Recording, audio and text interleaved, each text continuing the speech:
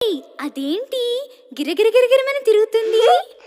అదా, అది బొంగరం.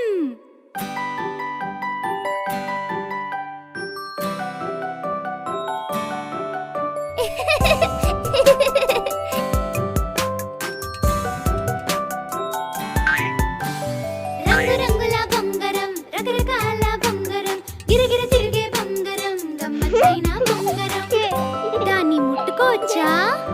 అయ్ బాబోయ్, చాలా జాగ్రత్తగా చేయాలి. తాడు చుట్టి కింద వేస్తారు, తిరిగే దాన్ని చేతితో పడతారు. వేసిన బొంగరం తిరిగితే గొప్ప, తిరగకపోతే ఓటమి అబ్బా.